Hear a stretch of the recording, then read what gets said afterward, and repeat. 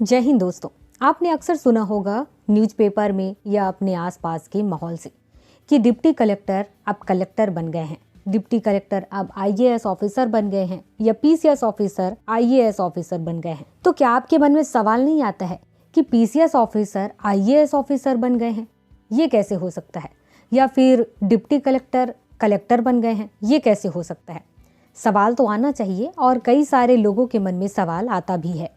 इसके साथ ही कई सारे लोग ऐसे भी हैं जिनको या तो जानकारी नहीं होती है, अगर जानकारी है भी तो वो गलत जानकारी होती है। इस वजह से वो कई जगह लड़ने लगते हैं, बहस करने लगते हैं कि आप गलत हो और मैं सही हूँ। इसलिए आपको पहले इस बारे में पूरी जानकारी लेनी है, इसके बाद ही किसी को जवाब देना है। किसी भी तरीके की बहसबाजी में नहीं पड़ना है। सबसे पहले एक इम्पॉर्टेंट जानकारी दे दूं कि कभी भी पीसीएस ऑफिसर कलेक्टर नहीं बनते हैं। ऐसा मैं क्यों कह रही हूँ, चलिए आपको डिटेल में समझाती हूँ। मान लीजिए कि आप अपने राज्य के पीसीएस एग्जाम को क्वालिफाई कर लिए हैं, आपकी रैंक बहुत अच्छी आई हुई है, इस वजह से आपको डिप्टी कलेक्टर बना दिया गया है। अब डिप्टी कलेक्टर बनने के बाद आपको 10 से 12 साल तक काम करना है। 10-12 साल काम करने के बाद आपको एडीएम बनाया जाएगा। एडीएम के रूप में आप 10-12 साल तक फिर से काम करेंगे। अब यहाँ पर आप समझना कि यहाँ पर जो प्रमोशन हुआ है डिप्टी कलेक्टर से एडीएम की पोस्ट पर, तो ये दोनों ही पोस्ट में आप पीसीएस ऑफिसर ही हैं। अब इसके बाद जब आपका प्रमोशन होगा तो आप पीसीएस ऑफिसर नहीं बल्कि आईएएस ऑफिसर बनाए जाएंगे। इसका प्रोसेस यह है कि डीओपीटी और यूपीएससी की एक बैठक होती है जिसमें अलग अलग ऑफिसर्स उपस्थित होते हैं। इस बैठक में जितने भी पीसीएस ऑफिसर जो कि एडीएम के रूप में काम कर रहे होते हैं उनकी लिस्ट दी जाती है। इस लिस्ट में ऐसे एडीएम होते हैं जिनको प्रमोशन करके आईएएस ऑफिसर बनाए जाने के लिए ये लोग एलिजिबल होते हैं। इस टाइम पर कई सारी चीजें देखी जाती है। नंबर 1 कि आप कितने लंबे समय से काम कर रहे हैं। नंबर 2 कि आपके ऊपर किसी भी प्रकार का आरोप नहीं होना चाहिए या फिर आप निलंबित नहीं हो। जब ये सारी चीजें सही पाई जाती हैं जिन एडीएम में, वो सभी एडीएम को आईएएस ऑफिसर का अवार्ड दिया जाता है।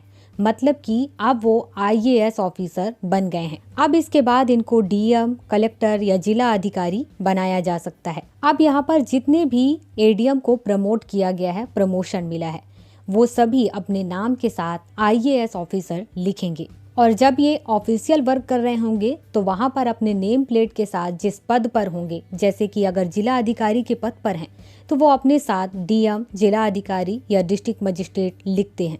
यहाँ पर आप सभी के मन में एक सवाल तो आ ही रहा होगा कि जब UPSC civil service exam qualify करके टॉप रैंक ले करके कोई कैंडिडेट आता है, उसके बाद उसे आईएएस ऑफिसर बनाया जाता है।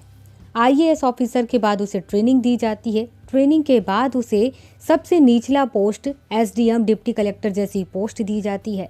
कुछ समय तक काम करने के बाद फिर एडीएम बनाया जाता है और उसके बाद जाकर के फिर उन्हें कलेक्टर बनाया जाता है। तो सेम यही सीरियल या यही सीरीज ये जो पीसीएस ऑफिसर्स को प्रमोट करके आईएएस ऑफिसर बनाया गया है उनके में क्यों नहीं चला? तो दोस्तों यहाँ पर ऐसा इसलिए हुआ है क्योंकि ये पीसीएस ऑफिसर के तौर पर बाकायदे 20-25 साल काम कर चुके हैं इन पोस्ट पर, इनका अनुभव उन्हें हो चुका है। इस वजह से ये अब कलेक्टर की पोस्ट के लिए तैयार हो चुके हैं।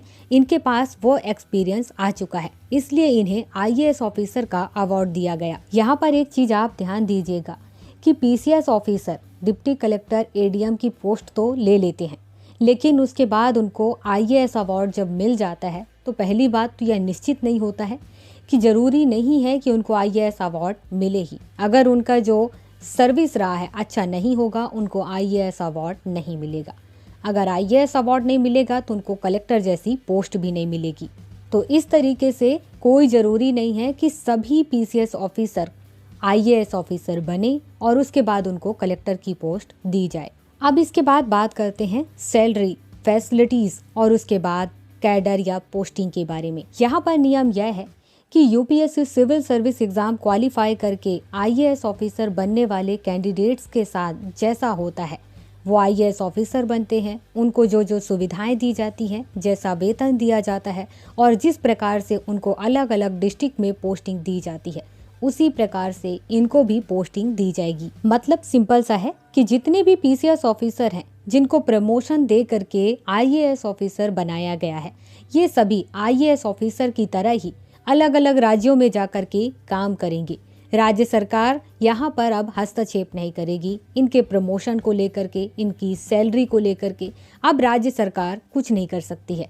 जो भी करेगी केंद्र सरकार करेगी। तो दोस्तों, मैं आज की इस वीडियो में उम्मीद करती हूँ कि आपको काफ़ी सारी चीज़ों की जानकारी हुई होगी। अगर कोई चीज़ की जानकारी नहीं मिल पाई है तो आप मुझे कमेंट के माध्यम से बताएं। मैं आपको कमेंट में ही या फिर नए वीडियो के माध्यम से आपके क्वेश्चन का आंसर जरूर दूंगी।